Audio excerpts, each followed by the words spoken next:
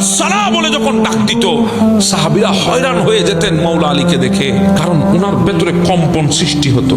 উনি কাঁপতেন, হাত পা কাঁপতো, যখন আজান হতো শরীর কাঁপতো, হাত পা কাঁপতো। মানুষ অবাক হয়ে যেত, কিরে বাবা আজান হচ্ছে, আলী কাঁপছে কেন? এটা তো সেই আলী এক হাতে টান দিয়ে খায়বার দুর্গের দরজা হাতে নিয়ে ফেলেছে, যেই দরজা নিক্ষেপ করার পরে পরবর্তীতে 40 জন নবীর সাহাবী গিয়েও তুলতে পারে নাই, সেই দরজা এক হাতে যিনি উঠাইছেন তিনি তো মাওলা আলী শেরে খোদা। এত বড় তাকতবান ব্যক্তি আজানের শব্দ শুনে কাঁপছে কেন? ওগো আলী, আজান হচ্ছে, আপনার ভেতরে কম্পন হচ্ছে, কারণ কি?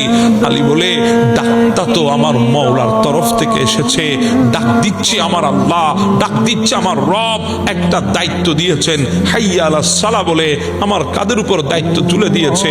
আমি আলী জানি না দায়িত্বটা কিভাবে পালন করব, রব আমাকে দায়িত্ব দিচ্ছে, আমি জানি না দায়িত্বটা কিভাবে নেব, সেজন্য রবের পক্ষ থেকে ডাক এসেছে, আমি নিজেকে আর স্থির রাখতে পারি নাই, আমার রবের ডাকে আমি কিভাবে নিজেকে স্থির রাখবো?